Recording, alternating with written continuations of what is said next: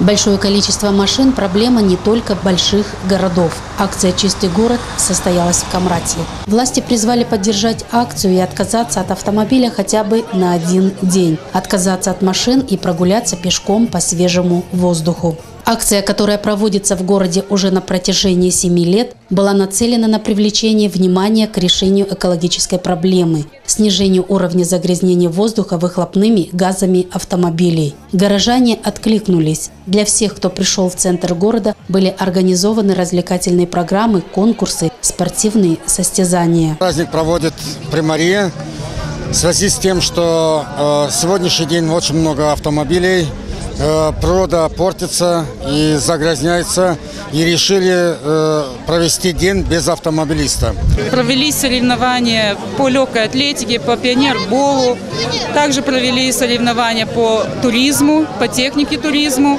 Главными участниками состязания и конкурсов стала молодежь. Школьники и воспитанники детских садов тоже не остались в стороне. Всем очень хотелось одержать победу. Участвует много хороших команд из многих школ. Будем надеяться, будем бороться за первое место. Может, победим? У нас парни здоровые, как видите. Никого не боимся. Думаю, первое место нам гарантировано. Сегодня наши мальчики с 5-го лицея будут вытягивать канат. Мы за них очень болеем и надеемся, что мы займем первое место. Я буду болеть за 6-ю школу, в которой я учусь. А мы будем болеть за 7-ю школу. 5-ю школу 100%. Больше ни за кого.